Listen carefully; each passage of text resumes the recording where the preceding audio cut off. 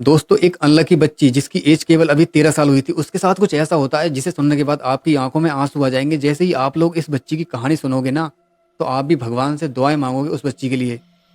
क्योंकि जैसे ही उस बच्ची का जन्म होता है, तो जन्म होने के कुछ ही सालों बाद उस बच्ची की मदर इस दुनिया को छोड़कर चली जाती हैं। एंड जैसे-तैसे उस बच्ची के जो फादर हैं, वो उस बच्ची को और उसके छोटे जो भाई-बहन हैं, उन्हें पाल रहे होते हैं। तो उसी बीच उनकी भी किसी गंभीर बीमारी की वजह से मौत हो जाती है। अब वो बेचारी बच्ची अपने छोटे भाई-बहन के साथ इस दुनिया में अकेली रह जाती है। इसी बीच उस बच्ची के एक दादाजी होते हैं, वो उसे पालना शुरू कर देते हैं। लेकिन वो दादाजी उस बच्ची के साथ कुछ ऐसा कुकर्म करते हैं जिसकी वजह से वो बेचारी बच्ची प्रेग्नेंट हो जाती है। अब जैसे ही वो बच्ची प्रेग्नेंट होती है, तो ये बात जैसे ही दादाजी को पता चलती है कि हाँ, ये बच्ची प्रेग्नेंट है, तो वो उस बच्ची के साथ कुछ ऐसा करते हैं जिसे सुनने के बाद आपकी आँखों में आँसू आ जाएँगे और आपके दिल से उस व्यक्ति के लिए बस बद्दुआएँ ही निकलेंगी। आपके भी दिमाग में ये बात ज़रूर आएगी कि इस व्यक्ति ने दादा और पोती के इतने पवित्र रिश्ते को भी शर्मसार कर दिया। आज के टाइम पर हम किसी पर भी बिलीव नहीं कर सकते। इसके बाद उस 13 साल की बच्ची के साथ क्या हुआ और उसके पेट में जो बच्चा था उसका क्या हुआ? और उस बच्ची के साथ ये कब, कैसे, क्यों हुआ? इन सारे सवालों के जवाब आज मैं आपको इस वीडियो में डिटेल में देने वाला हूँ। दोस्तों वीडियो शुरू करने से पहले आपसे मेरी एक छोटी-सी रिक्वेस्ट है कि अगर आपने अभी तक चैनल सब्सक्राइब नहीं किया तो प्लीज़ सब्सक्राइब कर लेना। क्योंकि आप वीडियो देखने के बाद वीडियो पर आप कोई भी रिएक्ट नहीं करते हो, ना सब्सक्राइब, ना लाइक, ना ही कोई कमेंट करते हो। वीडियो को मैं काफ़ी मेहनत से बनाता हूँ आप सभी के लिए, और आप वीडियो देखने के बाद उसे यूँ ही छोड़ जाते हो। यहाँ पर एक व्यूअर्स ग्राफ आ रहा होगा, यहाँ पर आप देख सकते हो कि नॉट सब्सक्राइब का जो रेशियो है वो 99.5% है। और जो नीचे आ रहा है सब्सक्राइब वाला वो आ रहा है 0.5%। देख लो आप कितना कम आ रहा है।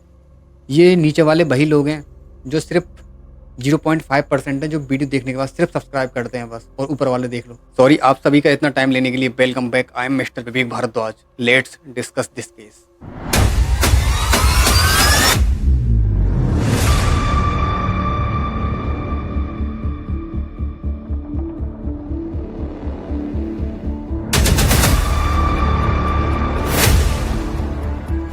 दोस्तों ये इंसिडेंट यूपी के हापुड़ का है। इस बच्ची के बुरे वक्त की शुरुआत आज से 13 साल पहले हो चुकी थी। जब इस बच्ची ने सही से माँ कहना भी शुरू नहीं किया था, तभी इस बच्ची की माँ की तबीयत इतनी ख़राब हो जाती है कि उनकी डेथ हो जाती है। अब इस बच्ची के और इसके छोटे 2 भाई-बहन थे, उनकी ज़िम्मेदारी का, उनके पालन-पोषण का रिस्पॉन्स इनके फ़ादर पर आ जाता है। इस बच्ची के फ़ादर उन बच्चों को पाल रहे होते हैं, सब कुछ नॉर्मल था लाइफ़ में, बट 2022 में एक ऐसी घटना हुई उस बच्ची की लाइफ़ में फिर से कि उसके जो फादर थे, उन्हें एक बहुत ज़्यादा ऐसी गंभीर बीमारी हो गई जिनकी अचानक से मौत हो गई। अब ये बच्ची और इसके छोटे भाई-बहन तीनों बच्चे अकेले रह गए। अब समाज के लोगों में और रिश्तेदारों में ये सवाल उठने लगा कि अब इन बच्चों का पालन-पोषण कौन करेगा? अब इनकी देखभाल कौन करेगा? इस तरह के सवाल सभी के मन में उठ रहे थे, और इधर इन बच्चों के परिवार वालों ने भी अपने हाथ खड़े कर दिए थे कि हम इन बच्चों को नहीं रख सकते। तभी एक दिन उस बच्ची के जो फादर थे, उनके फूफा जी घर पर आते हैं, जो कि उस बच्ची के रिश्ते में दादा लगते थे। अब वो आकर परिवार वालों से, उस बच्ची के और रिश्तेदारों से कहते हैं कि अगर किसी को भी कोई भी ऐतराज़ ना हो, तो मैं इन बच्चों को ले जा सकता हूँ, मैं इनकी अच्छे से परवरिश करूँगा, इनकी देखभाल करूँगा और इन्हें अच्छे से पढ़ाऊँगा। जब सभी लोग, परिवार वाले और रिश्तेदार और समाज के लोग जब ये बात सुनते हैं, तो सभी खुश हो जाते हैं और कहने लगते हैं कि इन बच्चों के लिए इससे अच्छा और क्या हो सकता है। क्योंकि दादा और दादी दोनों ही अकेले थे। अब लोग ये बात सोचते हैं कि इसी सहारे इन दोनों का वक्त भी कट जाएगा और ये बच्चे भी पढ़ लिख कर अपने पैरों पर खड़े हो जाएंगे। ये सारी बातें जब सब लोग सोचते हैं, तो उस दादा के साथ उन तीनों बच्चों को भेज देते हैं और वो दादा उन बच्चों को लेकर अपने घर चले जाते हैं। इसके बाद वो सभी लोग एक साथ रहना शुरू कर देते हैं और उनकी लाइफ एकदम मस्त कट रही थी। सभी लोग बहुत खुश थे। फिर एक दिन अचानक से दादी की मौत हो जाती है, जिसकी वजह से दादा अकेले पड़ जाते हैं। फिर एक दिन दादा ने उस बच्ची के साथ कुकर्म करने की कोशिश की, लेकिन उस बच्ची ने उनका विरोध किया और बेचारी भी रोने लगी। जब दादा ने ये सब देखा, तो उस बच्ची को धमकाने की कोशिश की, उसे धमकी दी कि अगर तूने ये बात किसी को बताई मेरे बारे में, तो मैं तुझे और तेरे दोनों भाई बहन को जान से मार दूंगा। जब बच्ची ये बात सुनती है, तो बेचारी वो डर जाती है और वो किसी भी तरह का कोई विरोध नहीं कर पाती उस व्यक्ति का। और उस छोटी सी बच्ची के साथ ये सब कुछ फोर्सफुली 8 महीने तक लगातार चलता रहता है। वो बेचारी किसी भी बात का विरोध नहीं कर पाती है, क्योंकि उसने धमकी दे रखी थी उसके भाई बहन को और उसे जान से मारने की। अब वो बेचारी अपने भाई बहन की जान बचाने के लिए ये सब कुछ सहन करती रहती है। इसी बीच उस बच्ची की लाइफ में सबसे बुरा टाइम एंट्री करता है।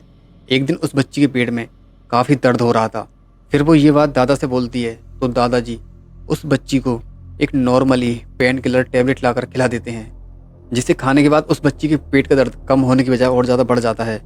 फिर वो दादा से बोलती है कि मेरे पेट में बहुत ज़्यादा पेन हो रहा है, मुझे किसी डॉक्टर के पास ले चलो। फिर वो दादा उस बच्ची को डॉक्टर के पास ले जाने के बजाय उसकी ताई जी के पास ले जाते हैं, जो कि हापड़ में ही रहा करती थी। जब वो वहाँ लेकर पहुँचते हैं तो ताई से बोलते हैं कि इसके पेट में काफ़ी दिनों से बहुत दर्द हो रहा है, मैंने इसे कई जगह अच्छे-अच्छे डॉक्टर के पास दिखा लिया, लेकिन कहीं भी इसे कोई फ़ायदा नहीं हुआ। इसलिए मैं इसे आपके पास लेकर आया हूँ। अब इसे आप अपने हिसाब से कहीं पर दिखा लो और इसका ट्रीटमेंट कहीं पर करा लो। इसके बाद ताई जी उस बच्ची की इतनी सीरियस कंडीशन देखने के बाद उसे एक हॉस्पिटल में एडमिट करा देती हैं। जैसे ही डॉक्टर्स उस बच्ची का चेकअप करते हैं तो वो बच्ची प्रेग्नेंट निकलती है, लेकिन डॉक्टर्स अपना डाउट क्लियर करने के लिए उसका अल्ट्रासाउंड कराते हैं, जिसके चेकअप के बाद आता है कि वो बच्ची 8 महीने की प्रेग्नेंट है। फिर डॉक्टर्स उस बच्ची की ताई जी को बताते हैं ये बात कि ये बच्ची 8 महीने की प्रेग्नेंट है। जब ताई इस बात को सुनती हैं तो वो हैरान रह जाती हैं और तुरंत ही बाकी घर वालों को इन्फॉर्म कर देती हैं कि इस तरह से इस बच्ची के पेट में ये प्रॉब्लम है। फिर क्या सभी लोग सामने आ जाते हैं और सभी के मन में ये बात आ जाती है कि आखिर ये बच्ची कैसे प्रेग्नेंट हुई, आखिर इसके साथ ये दरिंदगी किसने की। और डॉक्टर्स भी इस बात को सोचकर हैरान थे कि इतनी छोटी सी बच्ची के साथ इस तरह की दरिंदगी किस हैवान ने की। फिर डॉक्टर्स के थ्रू ये बात पुलिस तक पहुंच जाती है। पुलिस तुरंत ही सीडब्ल्यूसी को इन्फॉर्म कर देती है।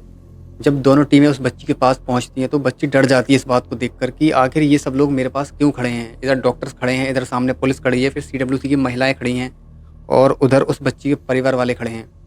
वो बच्ची ये सोचती है कि मैंने आखिर क्या किया है जो सभी लोग मुझे देख रहे हैं और ये पुलिस यहाँ पर क्यों आई है। उस बच्ची के दिमाग में बहुत सारे क्वेश्चंस थे, लेकिन सभी के सभी क्वेश्चंस इसी तरह के उन सभी लोगों के दिमाग में थे, आखिर इस बच्ची के साथ ये दरिंदगी किसने की है।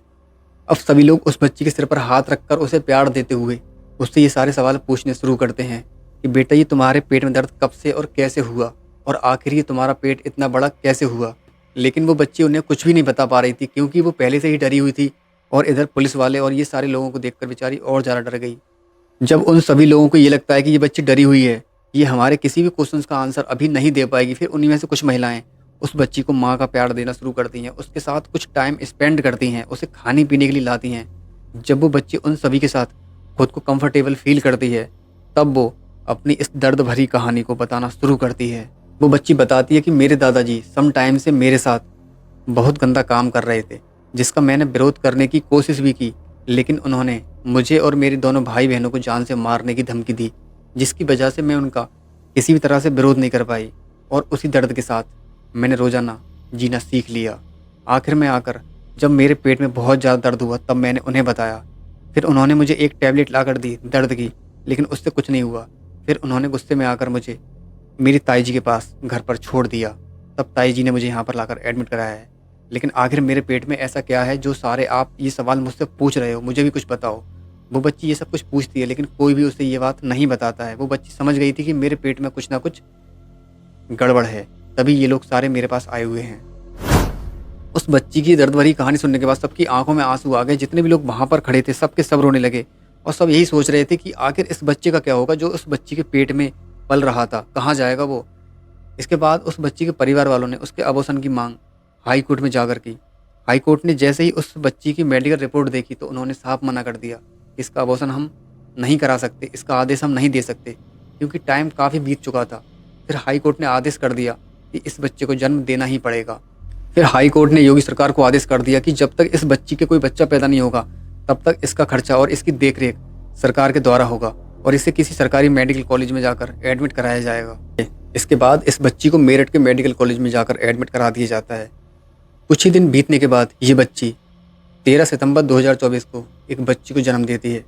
फिर ये बात मीडिया के थ्रू सब जगह फैल जाती है कि दादा ने जिस बच्ची का रेप किया था उसने एक बच्ची को जन्म दिया है। अब सभी के दिमाग में यही बात थी कि आखिर इस बच्ची का क्या होगा। लेकिन सीडब्ल्यूसी की टीम इस केस में बहुत ज़्यादा एक्टिव थी। उन्होंने सारा कारा संस्था के थ्रू उस बच्ची को एक ऐसे मैरिड कपल को सौंप दिया जिनके पास बच्चे नहीं थे। इनफैक्ट सारा कारा एक ऐसी संस्था है जिसमें वो लोग एप्लीकेशन करते हैं जिनके पास कोई बच्चा नहीं होता। इसमें एक लकी ड्रॉ की तरह नंबर खुलता है बच्चे की तरफ से। अब जो नंबर जिस पेरेंट्स को मिलता है वो बच्चा उसी को सौंप दिया जाता है। इस तरह से सीडब्ल्यूसी की टीम ने उस बच्ची को एक अच्छी जगह पहुंचा दिया। लेकिन वो बेचारी 13 साल की बच्ची और उसके छोटे भाई बहनों का क्या होगा, कौन पालेगा उन्हें। अभी तक तो वो लोग अपने परिवार के पास ही हैं क्योंकि दादा को तो पुलिस ने उसी वक्त गिरफ्तार करके जेल में डाल दिया था। पुलिस की यही कोशिश है कि उस व्यक्ति को लाइफ टाइम जेल में रखा जाए, उसे कड़ी से कड़ी सजा दी जाए। दोस्तों आज की वीडियो में इतना ही। आगे तो अपने भाई विवेक भारद्वाज को मिलता हूँ नेक्स्ट वीडियो में। जय हिंद, जय भारत, वंदे मातरम।